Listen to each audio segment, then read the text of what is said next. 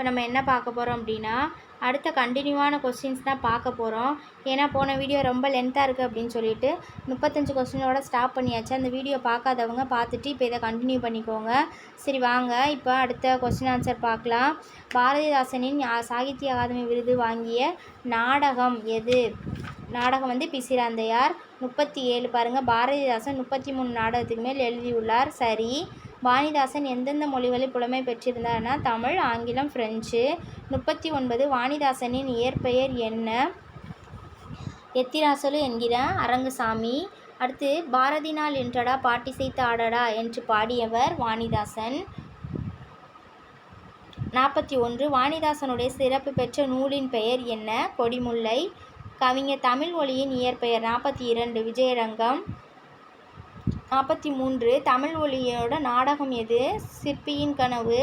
44 தமிழ்மொழியின் நாடகம் என்ன திரைப்படமாக வெளிவந்தது அப்படின்னா வணங்காமுடி. அடுத்து வணங்காமுடி திரைப்படத்துக்கு நடித்த நடிகரின் பெயர் என்ன? 45 சிவாஜி கணேசன். 46 சிலப்பதிகாரத்துக்கு பின் தோன்றிய இசை நாடகம் எதுனா விதியோ வீணையோ. 46 47 கல்லூரி பாடநூலில் வைக்கப்பட்ட தமிழ்மொழியின் காவியம் மாதவி காவியம். தமிழில் பிழையின்றி எழுதுவது குறித்த நூல்களை படைத்தவர் இலக்கணச் சுடரா திருமுருகன். திருமுருகனோட இயற்பெயர் சுப்பிரமணியன். பாவலர் பண்ணை எழுதியவர் திருமுருகன். இந்த நூலோட ஆசிரியர் திருமுருகன். திருமுருகன் யாருடன் சேர்ந்து தெளித்தமிழ் என்ற இதழை நடத்தினார்னா மா. லெலின் தங்கப்பா. அப்புறம் வானம் வசப்படும் என்பது யாருடைய நூல்? 52 பிரபஞ்சன். அடுத்து 53 நாணயம் என்பதன் பொருள் வந்து காசு சொல்லலாம், இல்லைனா நேர்மை. 54 தகனம் என்பதன் பொருள் எரியூட்டுதல். 55 தண்டித்தல் என்பதன் பொருள் ஒருத்தல். இப்போ இதுக்கான ஆன்சர்ஸ் பாருங்கள் ஃப்ரெண்ட்ஸ். வீடியோ பாஸ் பண்ணிவிட்டு கூட எழுதி வச்சுக்கோங்க. நான் திரும்ப கொஸ்டின் சொல்கிறேன், அதையும் நோட் பண்ணிக்கோங்க. ஃபஸ்ட்டு ஒன் பிசிராந்தையார் வந்து என்ன கொஸ்டின்னா பாரதிதாசனின் சாகித்ய அகாதமி விருது வாங்கிய நாடகம். 37 பாரதிதாசன் 72 நூலுக்கு மேல் எழுதியிருக்கிறாங்க. அடுத்து 38 வாணிதாசன் எந்தெந்த மொழிகள் புலமை பெற்றிருந்தார்.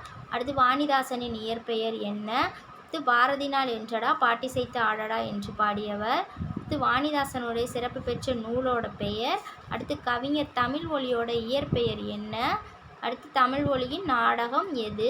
அந்த தமிழ்மொழியின் நாடகம் என்ன திரைப்படமாக வெளிவந்திருக்கு? அடுத்து அந்த நடிகர் யார்? அந்த மூவியில் வணங்காமுடி திரைப்படத்தின் நடிகர் யார்? அடுத்து சிலப்பதிகாரத்துக்கு பின் தோன்றிய இசை நாடகம் எது? அடுத்து கல்லூரி பாடநூலில் வந்து தமிழ்மொழியோட காவியம் என்ன இடம் பெற்றிருக்கு? அடுத்து தமிழ் பிழையின்றி எழுதுவது குறித்த நூல்களை படைத்தவர் யார்? அடுத்து திருமுருகனின் இயற்பெயர் என்ன? பாவலர் பண்ணை அப்படின்ற ஒரு நூலை எழுதியவர் யார்? அடுத்து 51 திருமுருகன் யாருடன் சேர்ந்து தெளித்தமிழ் என்ற இதழை நடத்தினார்? அடுத்து வானம் வசப்படும் என்பது யாருடைய நூல்?